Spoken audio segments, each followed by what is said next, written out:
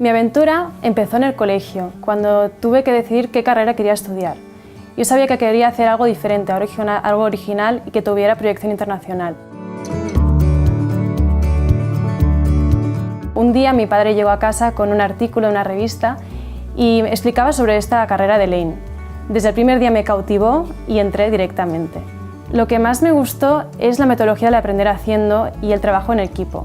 Y sobre todo el tú poder construir tu propio camino y buscar tu pasión en los proyectos que hagas.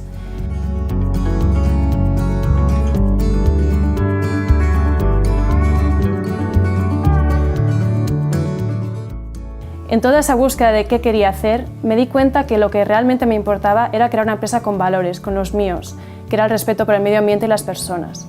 Y pronto dimos con este concepto, con lo que he sido a día de hoy, que es un papel que tiene semillas en la composición y que acerca la naturaleza a las personas.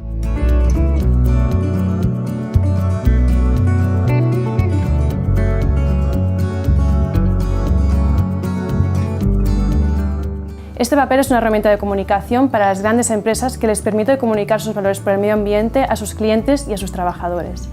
Además, hacemos también nuestra propia marca de tarjetas para personas de a pie que quieren plantar su semilla en casa.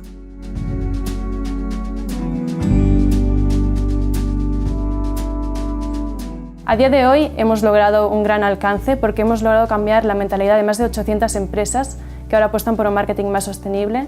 Hemos facturado unos 200.000 euros y hemos dado la oportunidad a más de 300.000 personas de plantar su primera semilla.